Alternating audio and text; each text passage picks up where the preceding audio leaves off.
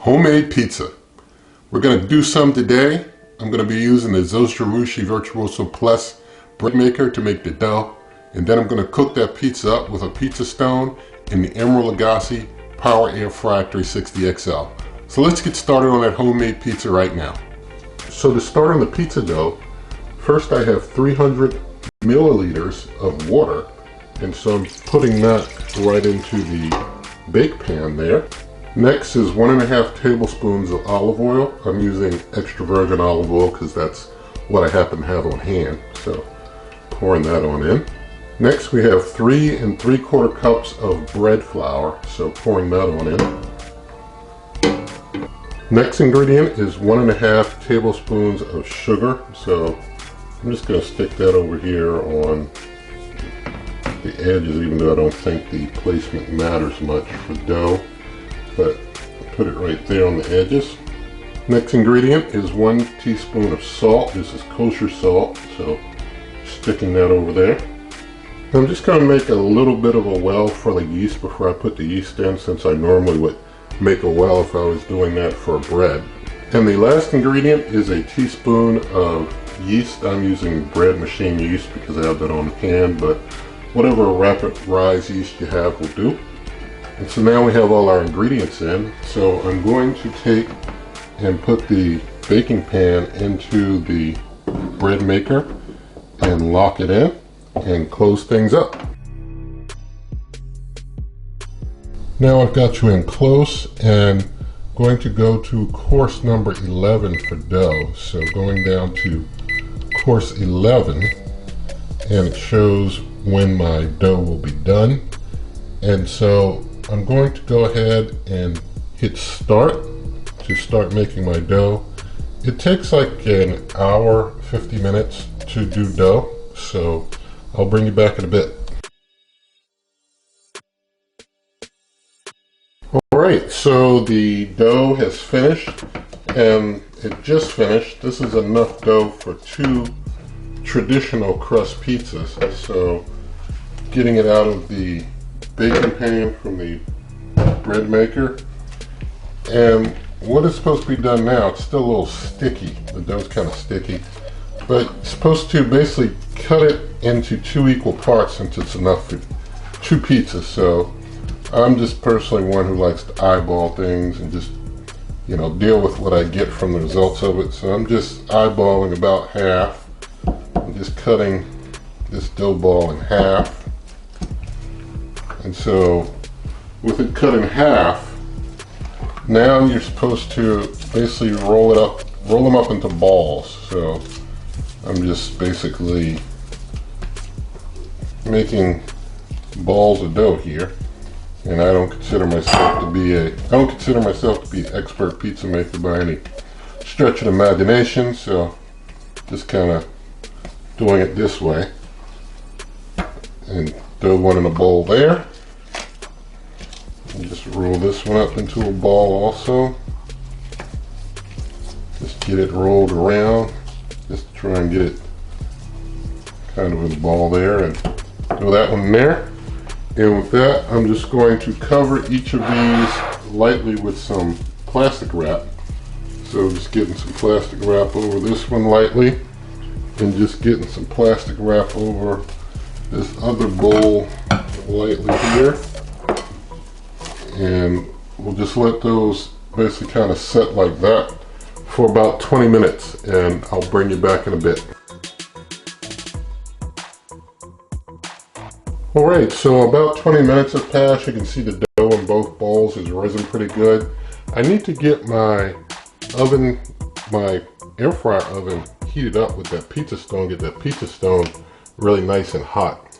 And so I'm turning the Emeril Lagasse Power Air Fryer 360 XL to pizza. I'm upping the temp to the max 450. Time, I'm pushing time out to like an hour because I want to give the stone 20 minutes to stay nice and hot before I even put the pizza in there. So you may even want to start the oven a little earlier than I'm starting mine to make sure that things get nice and warmed up. But basically with that said, I'm going to basically set this dough ball aside. I'll do this pizza later. This one here I will do with you. Now I'm just going to take some flour. This is just all-purpose flour. Just going to kind of dust down the area where I'm going to stretch out my dough ball to make my crust for my pizza. Now I'm going to get my dough ball out of here, and you see I was using a kind of small bowl, just what I happen to have available for the moment, because another larger bowl I had I was already using for something else earlier. But basically I got my dough ball out, and you can stretch it with like a rolling pin. I'm seeing if it's easy for me to do by hand, and I see I'm kind of separating it too much, kind of tearing it, trying to do it by hand. So I'm just going to use the rolling pin. And rolling pin kind of knocks some of the airiness out. If you can do yours by hand, that's cool, but if you need a rolling pin, then you got to use a rolling pin depending on how good you are with stretching your dough out. But the dough is pretty, soft. It's not a tight dough. I know some of you see me use like the Quicentro bread machine in their dough recipe doing pizzas. I'll say this pizza dough from the Zojirushi is much softer, much easier to move around than the dough that came out of the old the old Quicentro. It came out the old Quicentro. That old Quicentro dough was always a bit tougher. This Zojirushi dough with their recipe is much softer, much easier to move, so that's good.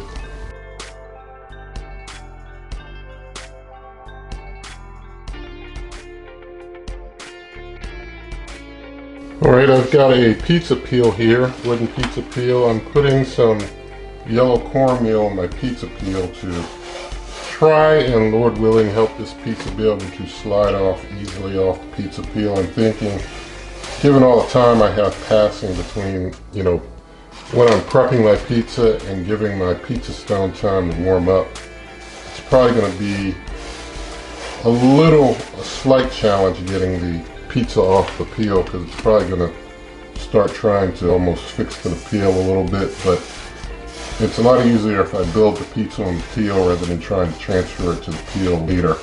So just putting some yellow cornmeal down, and I know some people use different types of flours and mixtures for this step, and you use what works best for you. For me, my preference at this point is to just put down some of this cornmeal on here. I'm just going to set that here, stretch that like that.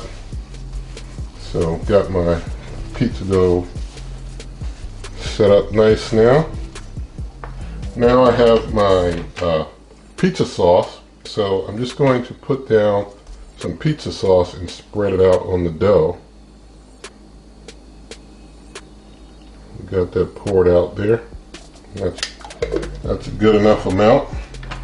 I'm just going to spread it out all over the dough.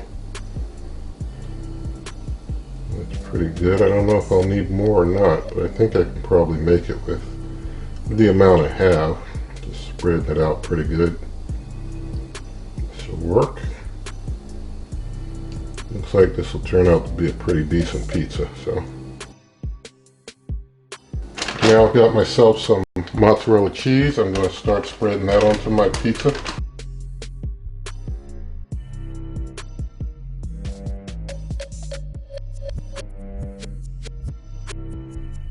And I've got myself some pepperonis I'm going to put out.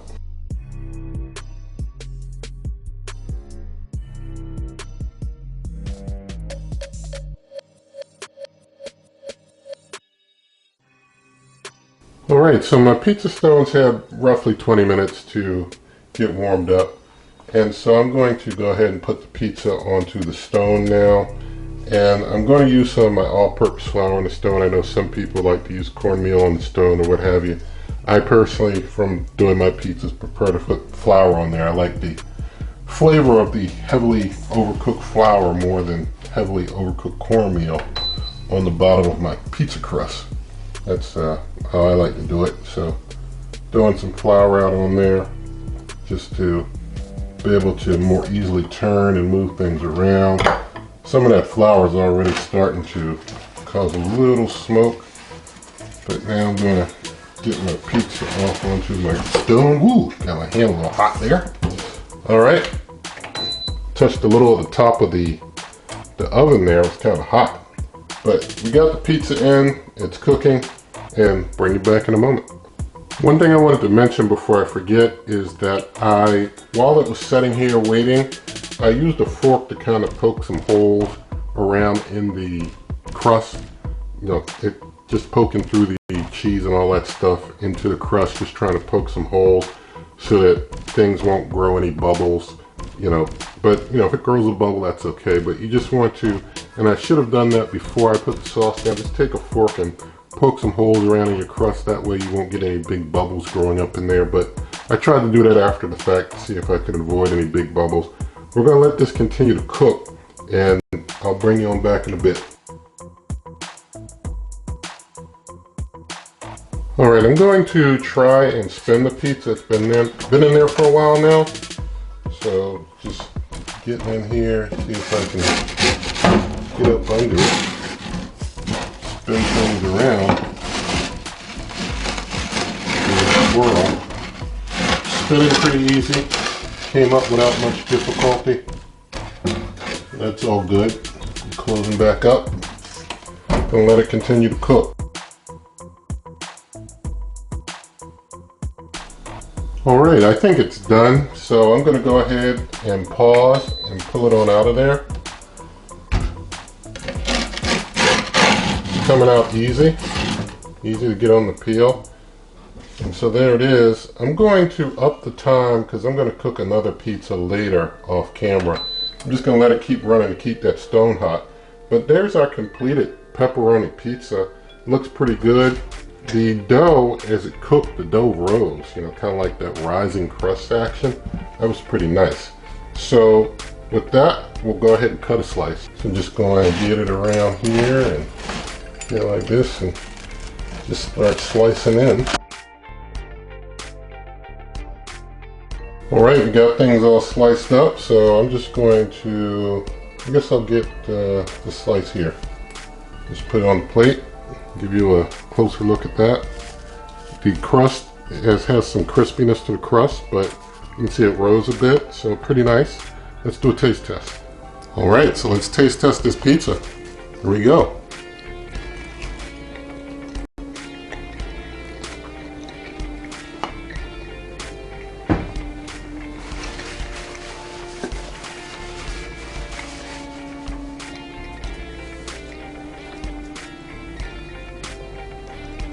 That's some good pizza. That dough came out great. I'm gonna go make that other one and we're gonna enjoy these. So basically, you know, you'll be able to find the recipe I made with this pizza. The dough, I'll put a link to the, you know, recipe book for the dough, but you know, the other recipe parts for this will be in the video description and a link. Also, for the stuff that I used in this, the smaller version of the cooker, you can find a link to it in the video description. Also, the other stuff that I used you can find in my Amazon shop, which will be linked in the video description, or you can search there in the Amazon shop. Also, there's other ways to help the channel there, and you can also get to my blog for printable recipes at superwaveovenrecipes.com. You can always get to the YouTube channel by waveovenrecipes.com, Twitter and Instagram, Wave Oven Recipes. And also, if you like this video, please do give it a thumbs up. Share the video with a friend, leave your comments, subscribe to the channel, hit the notification bell, and good eating.